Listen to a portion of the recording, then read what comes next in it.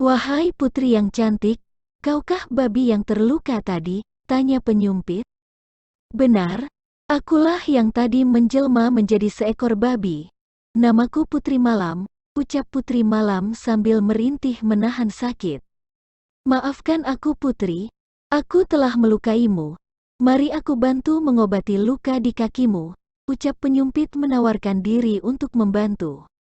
Secara perlahan penyumpit membersihkan luka dan darah yang mengalir di kaki Putri Malam, lalu, dengan bantuan buluh, tanaman berumpun, berakar serabut, batangnya beruas-ruas, berongga, dan keras yang ukurannya sehasta, penyumpit mencabut mata tombak yang menusuk kaki Putri Malam. Au!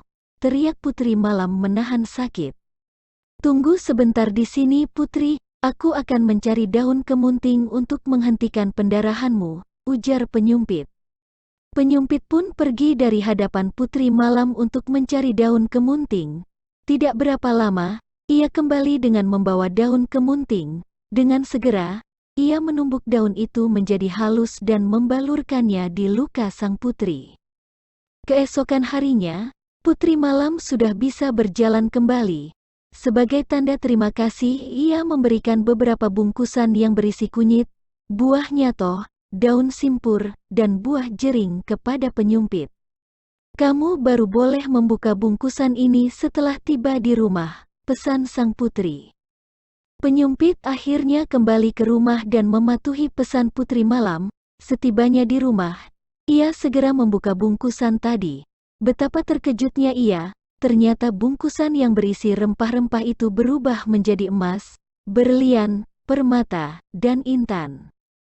Apa yang terjadi? Rempah-rempahnya berubah menjadi emas, berlian, permata, dan intan.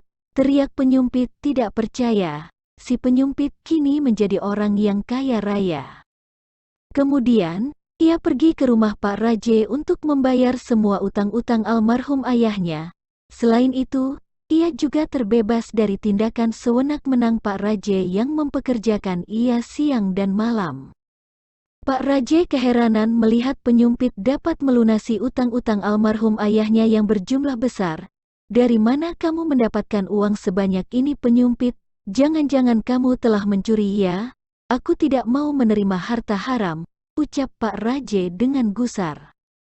Maaf tuan, saya tidak pernah mencuri dari siapapun. Ini saya dapatkan dengan halal.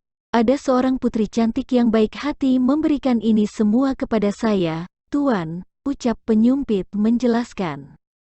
Akhirnya, penyumpit menjelaskan peristiwa malam itu. Ia mengatakan semuanya kepada Pak Raje sampai dia mendapatkan bungkusan dari Putri Malam yang isinya telah berubah menjadi barang-barang berharga. Rupanya Pak Raje pun tertarik untuk mendapatkan harta dengan cara yang mudah. Diam-diam Pak Raje berniat untuk mengikuti jejak yang pernah dilakukan penyumpit.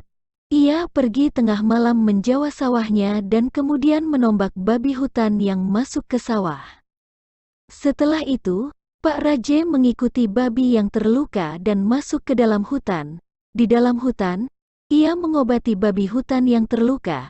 Karena tidak terbiasa jaga malam, Pak Raje terserang rasa kantuk, ia pun tertidur pulas.